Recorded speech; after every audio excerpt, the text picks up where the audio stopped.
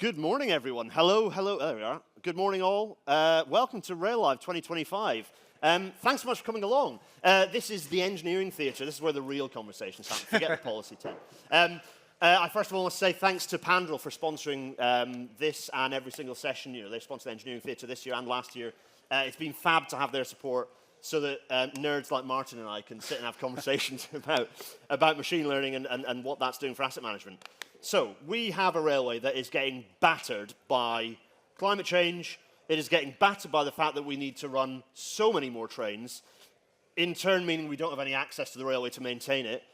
And at the same time as that, the whole asset's also getting more and more knackered by the fact that it's old. Old, yeah. And not necessarily, I don't buy into the Victorian railway thing, that's not necessarily true, but a lot of it is like 40, 50, 60, 70 years old, and that's potentially worse, because it's not better, you know, so we have this kind of tripartite challenge that is a serious threat to our railway, and one of the things that I bang on about is that we've collected data for a very long time, but we've not necessarily collected it in a way that allows you to compare it and learn from it over a time period. Data-rich, intelligence-poor is That's what we say in my world. Data-rich, intelligence-poor. Essentially, we've got all the data, but we have not been able to analyse it at the scale. And Kate and I sat here last year having a similar conversation.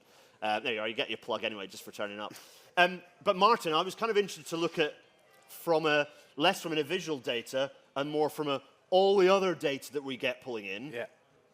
What can we do with that? And indeed, you know, if you had a few years to develop a tool that might perhaps be useful for asset managers in an infrastructure, a track sphere, but winding out from that, what might that look like, Martin? So, by the way, Martin Mason is here. You've got the kind of the generic network rail kind of, well, you're the Insight development lead. You've got Correct. The program manager title, but you've led the development of Insight. So Correct. What is that? And what does that look like? I mean, 6 years ago, we started a journey. That journey was around saying we've got all the data. We're very antiquated in the way we use it, paper-based. Yeah, we're reactive. We're not proactive. So we went on a journey of saying, let's try and get some enriched intelligence out of the data. So we started in an R&D space, building algorithms. The biggest challenge we had was taking spatial drift, things like that, out of data. And the concept behind where we were going was, if we can take that data, give confidence to people that we've aligned it, and it's at quality, a level of quality where you can then use it in anger, we've then created models that will predict out deterioration against certain elements like track, signalling.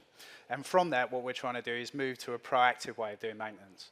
So being able to give people time to understand what's changing on the railway, the timescales for that change, and then what they can do around their reactive work to then mitigate those future faults that are predicted to happen.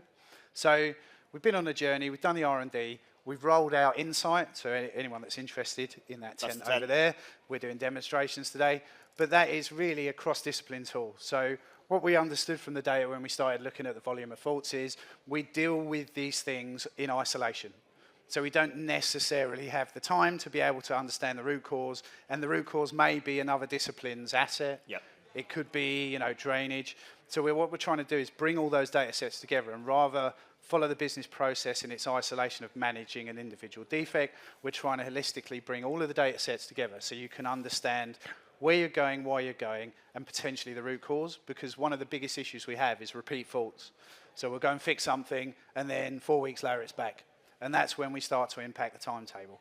So Insight's around bringing all those data sets together, giving a different view, so dynamic views, statistical analysis, bit of machine learning, which we can talk about in a little while. We'll talk about that in a minute, yeah. But really it's around giving you that intelligence all at your desktop, all in one place, and then you can start to plan effectively further out.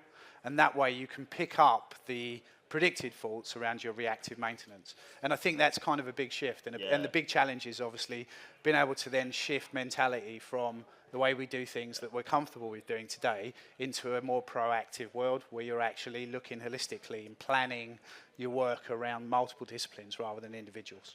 So people out here might be familiar with the traces you get, the sort of standard track geometry traces that you get, line level, top, twist. Now, firstly, the ability to very quickly overlay those so that you've got the time series. So all of a sudden, you're not just as traditional, even with all the wonderful yellow fleet that we've got, is basically just doing the same as the needle on foil thing, which is, oh, there's a spike, oh, we better go and deal with that. Correct. Well, now you can very automatically, and as you say, critically, dealing with the fact that you get these slight shifts in position is normalizing that, so a very important process, and then giving you a time series to say, well, that bump's always been there, and actually, okay, we can maybe go. Or, it's a bridge. Yeah, exactly. And it's a natural thing, and that's just a response to the trend. Yeah. Or that's been getting worse. Or an interesting example you gave me when we chatted about this last week was you were looking at cyclic top. So there's a thing you can bring up. You can look at cyclic top, and you can go out and put it stone blow or whatever, and level it all out. And then well, I'll tell you what. You give the example of cyclic top. It's a good example. Put your hand up if you know what cyclic top is. Right. Okay. Let's start with that. That'll do. So. Cyclic top is really where the railhead has multiple top faults in it, but they're not actionable. And what that does is it builds up energy in a vehicle's bogie, and eventually, if that gets too severe, that vehicle can then derail. It's not a fault that was initially well understood in Network Rail, or being able to visualize that type of fault. What we've done is created algorithms to visualize it and predict it. But more importantly, if you bring the data together, you identify the trigger point for what starts the vehicle bouncing, which then degrades the track further down. So with the models we've built and the visualizations you get, you're able to identify that trigger point. So it could be a change in track stiffness. Yep. It's coming off the back of a bridge. Could be a void, could be a dip angle, but being able to identify what's causing that cyclic top and treat that, which is the trigger point, has been a real success for us, because cyclic top's probably our biggest speed related track fault, but you'll run a high level OTM through there, which will cost a lot of money. What you're doing is you're just treating the symptom, you're not treating the problem. Yeah. So that's kind of a really good example of what Insight's all about. It's about bringing all the data sets together, and it could be something so small that's causing the wider fault that you may not have ever thought about looking at. And this is where I wanted, so you've got the traces, which are pretty standard. We've been collecting trace data for decades and it's pretty well understood. Yeah. The thing that Insights is then bringing in is some of that other data, the Internet of Things type stuff. As we're plugging more stuff into our railway that's giving us information, it's being clever enough to get that plugged in. So you can see, okay, dip joints is an easy enough thing, but actually it's the other stuff. As you say, it's like, well, has there been a UTX installed there? Correct. And that's, the installation, that's triggering the dynamic response in the suspension that gives the cyclic top. Correct. That's the clever stuff. So tell us a bit about how what some of that information looks like, and how the hell you get that plugged into it. There's a balance, right? So what you're always at risk of is throwing lots of data in and it has no relevance. Yeah. And then what you're doing is you're creating a level of false positives where you're giving a bad steer. Yeah. And that then brings a lack of confidence. Yeah. So as we're doing proof of concept, so with Insight today we have like a development environment, we can run proof of concepts. A lot of the stuff we do is fed back to engineering through the product. So they will come with a use case that says, we think, these types of assets or under-track crossings are the biggest cause of cyclic top. We will then locate those things together, go back through time, and it's a process we call backcasting. So because if you've got 6-7 years now of data, we can go back through that data, understand the trends over time, and what the impact of changes on that kind of asset management landscape are to that deterioration. Could be rolling stock. So a new rolling stock could come on, and we can then understand the deterioration pre and post to understand, are we going to have to potentially do more maintenance here based on a change in rolling stock. So a lot of the stuff that we do is validated by engineers before we will release it back to maintenance. So one thing we're really keen to do is stop the flow of false positives in. And when we get to machine learning, we can go on how we do that. But the key is you don't want to present information to the front line that then takes them longer to then make the right decision. Or you've potentially sent them out to site and what is there isn't actually what they've been kind of given a steer to do. So we need that validation feedback. And Kelly, who's sat in the audience, there she put her hand up, we have, and it's quite unique in Network Rail from my perspective, so I've been here 23 years, and Wayne, who sat over there, we do very much a hand-holding rollout now with these products. So whereas before we would develop a product through a control period, wonderful training manual, lots of wonderful pictures, throw it over the fence, and then we're gone. This is very much an iterative process now. So it's very much feedback, enhancements. We often get people who say, why can't you put this level of data in? We've already done the analysis. We know it works. So we will then pick that up and add that in. So it's a very different approach for us in terms of how we've done tech before. It's very much driven by the frontline staff feeding back the success of what we've done, and then we will continuously make enhancements on top of it. Yeah. Right, let's talk about machine learning. I know that they auto-corrected my machine learning, which I'd put in my presentation, to AI, because they're like, but everyone gets excited about AI. Yeah. I always delete that and return it back to machine learning, because AI makes me think of large language models, which are completely dangerous and pointless. Yeah. So, but machine learning is extremely, for the railway, when you have 30,000 route kilometers and you've got, enormous amounts of data, 18 terabytes from the PLPR train alone, let alone all the trace data and so on and so on. This is the perfect environment to make use of machine learning, which is, well, I tell you what, Given it was 6 years, what's quite interesting actually, this is kind of I've got two questions, right? So you have to remember these. Right, go on. Firstly, explain the machine learning. Well, actually, no. Secondly, explain machine learning and what that looks like. But firstly, no pressure. But firstly, 6 years ago, we were in a different environment with what that looked like in terms of the technology, not just the hardware, but also what was understood of how you could harness machine learning. So, firstly, maybe a little bit on the 6 years. Okay. And then secondly on machine learning, first, whichever you suit. But we'll do the 6 years first, because it has been quite a painful journey. So obviously at Network Rail, internally, we've never done anything like this before. We've obviously had to bring in a team of experts to come and work with us. Going forward, we've actually brought machine learning experts internally into my team. Can start to work on that. So the journey was obviously got lots of data. What we want to be able to do is take that and understand assets, behavior, performance, failures. And the key was, we need enough rich data to be able to then create a model, we'll call it for now, that then can give you that ability to distinguish between an asset deteriorating or an asset in its normal behavior. And what we've done previously is we've got systems whereby we'll look at trends and we'll set thresholds, but it's not really giving you that level of kind of time that machine learning can give, which is 2 to 3 days. Where we've tried to concentrate is give you 2 to 3 days on IoT devices before something goes wrong. And obviously we track geometry when we look at deterioration in machine learning. So that's 2 to 3 days in advance of an expected failure. Proactively solve So we talked about being reactive. One of the biggest challenges is a lot of our assets where we're doing IoT, you might get 10 minutes. Yeah. So it'll instantly go, I've drawn too much current, let you know, but you've got no chance of getting there, mitigating it or fixing it. So what we've tried to do is take all that data against the failures, trend that over a longer time, and then what we're trying to do is cluster assets into their own kind of fields of age, type, behavior, performance, and criticality, which is always key, because with our models, we can create a lot of outputs. So it's about being able to understand which ones should I be directed to look at based on consequence and criticality. So we've gone through lots of cycles over the 6 years on individual models making improvements fed back from frontline. And it's been a big challenge, because the kind of benchmark for all of our models is true positives. So how many times do we tell you something's going to fail, and it will, and false positives, which is we've given you a bum steer. And it's very much like, if you can imagine a dartboard, and you've got 100 darts, and you're chucking them all at once, and you're trying to get as many as you can in the bullseye. So we went through multiple iterations of these models, trying to get at least one dart in the bullseye. And probably for the first 3 years, you would get a couple. And then as you get more advanced, you start breaking the assets out. And that was one of the key learnings for us, was you can't cluster assets together by type. So you can't say, just take all the PoE assets and build one model that will facilitate all of it. So we've had to start to understand, the environment they're in, what type of switch are they on, rather than what type of asset are they in their independent form. And we've built several models now that sit across all of the different types, and we measure that true positive, false positive all the time. So every iteration we do, if it's worse, we throw it away. So with what we've learned is, it's good to fail when you're doing these algorithms, The more you can fail, the more you learn. And actually, at the moment, we're at a point where it's saying we're comfortable with the model we've got, but it's not as good as it could be. But as you say, it's that frontline confidence in the tool. Correct. If you give them too many false positives, otherwise, it's just going to be used as another visualized tool, and then I go out and do everything the same, right? Right, and we're still on that journey, especially with our machine learning models. So our deterioration models for track, we're really comfortable with them. We test them regularly. We're happy. We're continuously trying to enhance what we're doing with our models for machine learning.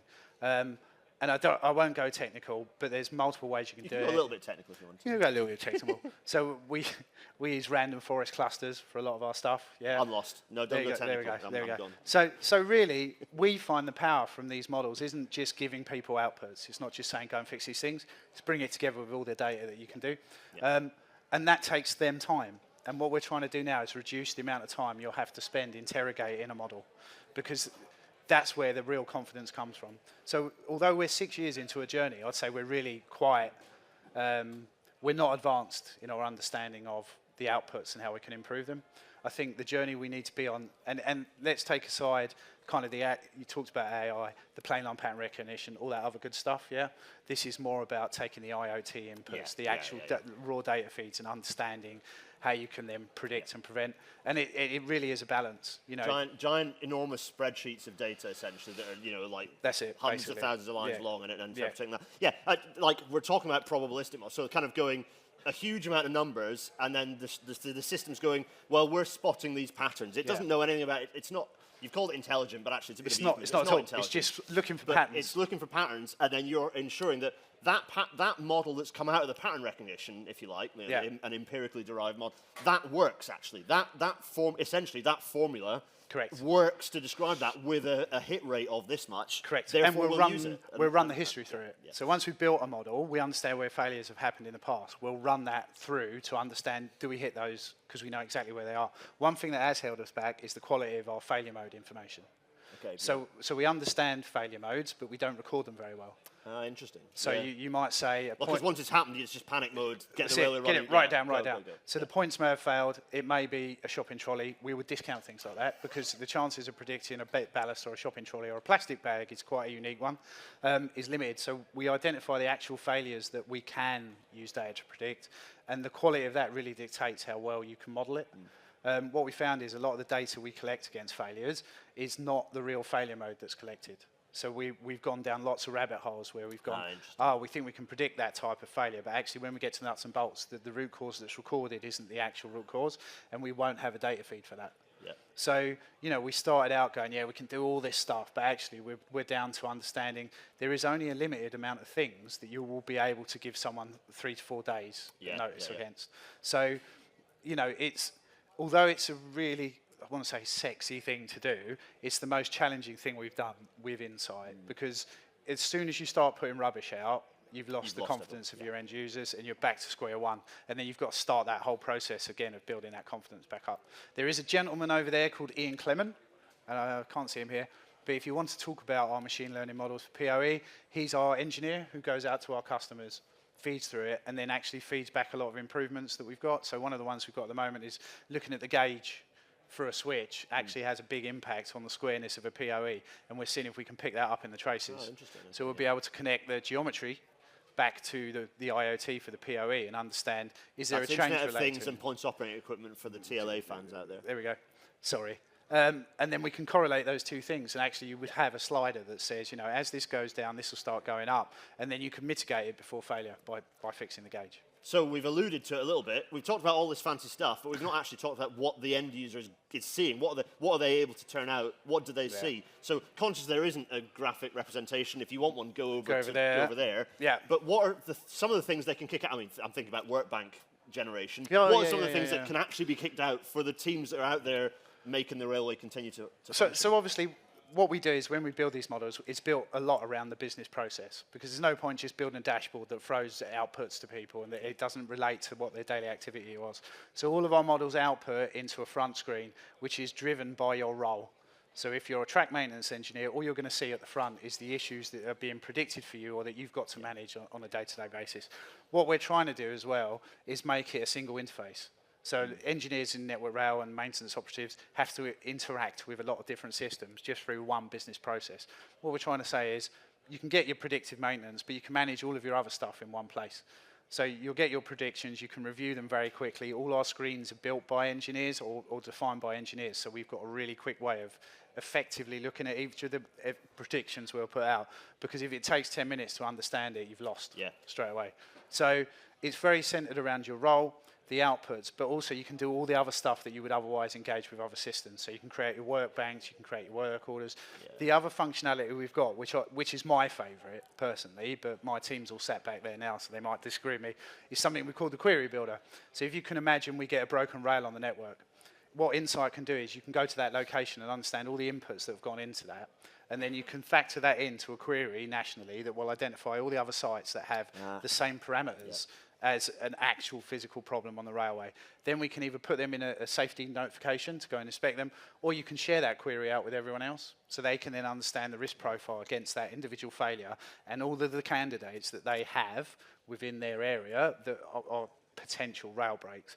And then we can understand the consequence against that and take mitigating actions. And that, for me, I've done spreadsheets in Network Rail. That's where I started, analytics in spreadsheets for engineers and stuff like that. To be able to just very quickly, in 4 or 5 minutes, plumb a query up with 35 different data feeds in is massively powerful. And actually, it gives you that ability to react to something like that across the network around age profiles and usage And actually, for me, that's a big game changer, because the effort you would put in previously to do that analysis may take you 2-3 months with people in spreadsheets, whereas actually anyone can be trained to create one of these queries, run it. Once you run it, you get a linear view of the railway, all of the feeds are in it, and you can quickly understand whether you want to react or not. You get the heat. You've had one very prominent public failure. The RMD comes down the line saying, how many of those do I have? And you don't have to say, I'll tell you in 2 weeks. You can be like, I'll call you back in 10 minutes. Correct. And then you can share that nationally, right? So that's a massive thing. We're not confined by you're doing it in Western,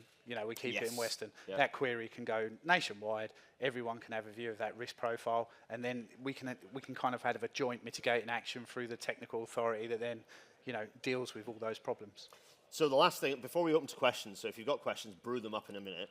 I wanted to end, the railway's a system, and we've kind of been looking from the railhead down, right? But you alluded to it earlier that the dynamic behavior of trains and our relationship with the train operators, passenger and freight, is critical in the way that our asset behaves. Correct. If we're talking about the infrastructure. To what extent is that being increasingly wrapped into insights? And what does that look like? And also, what are your aspirations in terms of GBR potentially giving us more of that data? What do you see as an opportunity there in terms of what you think could usefully be tied in to look at the whole system and maybe get some of that picture? I think for me, it's the understanding of how things like trains, or behaviours of timetable are going to have an impact on your asset. Obviously, there's not a lot of renewal money around anymore in Network Rail, right? So be able to understand what traffic you're going to have over your rail network and the deterioration rates that's going to cause is going to help us then mitigate that, but also do that wonderful balance between spending on maintenance and when you do the renewals. Yeah. So the future for me is very much bringing all of that data around the roll-in stock, the stuff they do with their wheels, right, where we get wheel burns, all that kind of stuff. Let's bring it all together and understand the impact of it as a system, because when we now plan going forward in a world of GBR, we should be planning nationally. It shouldn't be individual regions planning, and it should be based on, the perceived increase in traffic or decrease in traffic, the behaviours of those vehicles.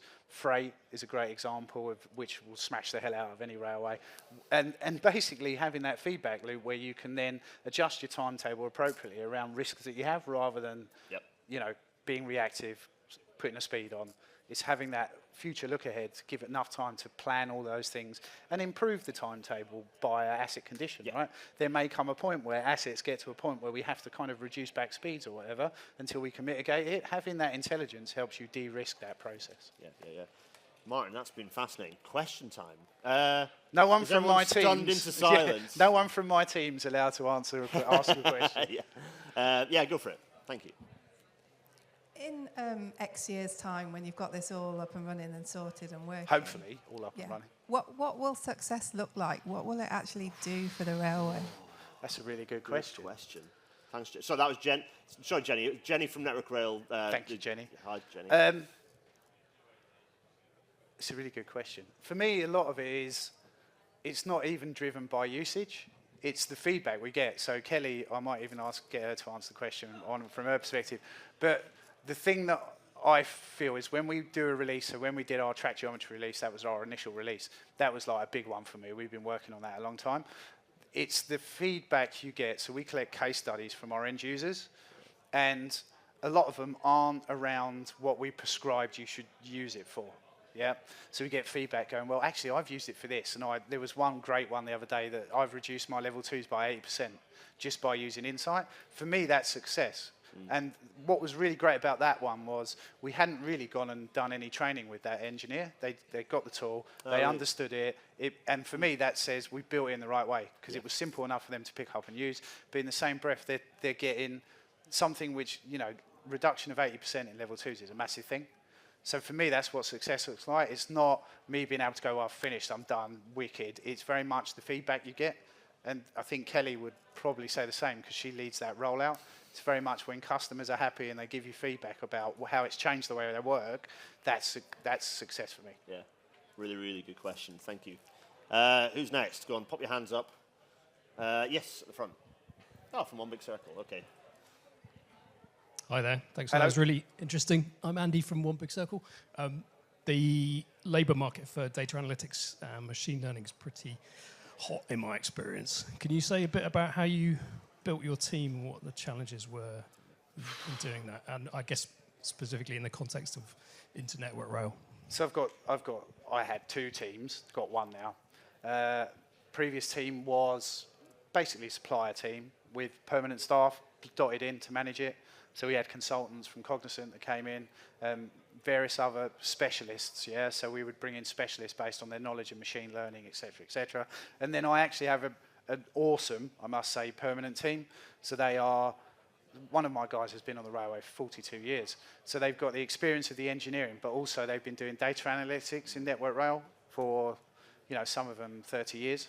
So it's about blending the internal knowledge with the external expertise of the supply chain. I think a lot of the times we fail is we'll give the supply chain a remit, but we don't support them through it with the understanding of all the data, the process, the business process. And for me, we've got a really passionate internal team, and that infectious passion for what we do is then driven down through the consultants we get in. I think going forward, the way we want to operate is, because we've got models and all the modules we need to interrogate rail data, it's being able to have people come in and improve those models, yeah, via skill sets that we won't have. So although we've got machine learning experts, yeah, it's about the supply chain can drive it a lot quicker than we can internally. So yeah, I'm really lucky. I've got a fantastic team of permanent staff that work with me on the machine learning and insight. And going forward, I think it's going to be a blend of that internal team with people coming in and doing quick kind of agile sprints on models we've already got to enhance them. Hope that answered your question. Thank you, yeah. Any other questions? At the back here. Pop your hand nice and high again. There, I thought that was Rob then. I was worried for a minute. I'm just curious. You've been doing a lot of work. You learnt a lot. It was amazing what you've been saying. But what about other countries? Have you been kind of learning from them as well? Oh, Wayne. Yeah. So we do a lot of benchmarking, and actually we didn't do a lot previously. I think since Insight's come out, we've had a lot of interest from other rail companies around what we're doing and how we're doing it. I think, I don't want to blow our trumpet, but when we've met a lot of companies, we seem to be, so Network Rail never really kind of appreciates where we stand against other rail companies.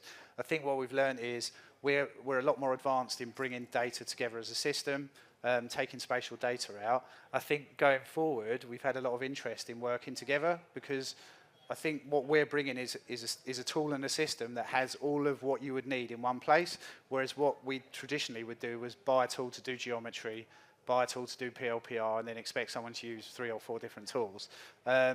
We are speaking with a lot of American rail companies at the moment around how we can use that intelligence and kind of share it across different organisations, not just the rail. So there's a lot of interest, but it's very difficult to kind of facilitate that when you're always in a DevOps environment trying to do new stuff. It's interesting. I'm glad you asked that question, because my last point was going to be, it's quite exciting that this tool is not just having great success in the network rail world, but it's having success with our friends in other bits of in other railways around the UK and beyond. I don't want to kind of compromise any particularly interesting conversations that are happening right now, but within what you can say, it's been noticed as a tool, and we should be proud that as a railway we are absolutely at the forefront of this stuff. I mean, there are other points of light as well, and some of them in the room. There are serious opportunities in us. We sweat the hell out of our asset. That's why Rail Live is such a busy event. It's because all of us are out there sweating the hell out of an asset, which gives us a huge amount of knowledge. This is a perfect example of something we can help other railways with. Correct. So you've had that interest from others, right? Yeah, we've had a lot of interest. We've actually done a lot of testing where they'll give us a bit of their geometry data. We'll put it in. Cyclic Top, Europe love that. So we've been giving them outputs of Cyclic Top to say, send us your data. Give us and they send us cookies that say Dankeschön. It's very, very nice. So that's the French, I guess. That's the French. Yeah, okay. Not going to give anything away about it. So we do a lot with them. Wayne over there is leading on that for us, but there has been a lot of interest, and I think it's mainly around the concept of everything in one place, rather than just, you've done some great models. It's the concept of everything in one place driven through the business process, which is what people are really keen on, because obviously you get the efficiencies of having that in there, but obviously it helps you move to a proactive mentality. And that is what it's all about. It's moving us away from reactive, which is so expensive. It might look cheap to Treasury, but it's so expensive, into this proactive space where we might actually get ahead of the challenges that I laid out at the We always say kind of one job, multiple problems. Yeah. Whereas at the moment what we do is one job, one problem. So it's pick up multiple issues in an area with one job, whereas before you would have been just driven to do that defect. You might have 10 in 10 yards, but you're only focused on the one. So it's picking all of that up in one possession, one bit of access, fix the root cause, and that's where you're going to get your efficiencies. And give time back to maintenance, right? Yeah. The more time you can give back, the more they can do. And the more stuff and people we're moving around on our railway. Martin, that has been absolutely fantastic. So much. Thank you so Pleasure. much. Thank you all for joining. And stay tuned for what we've got. There's a rail freight chat in 15 minutes with myself and Tim Shoveler. So hang around for that. Thanks, everyone.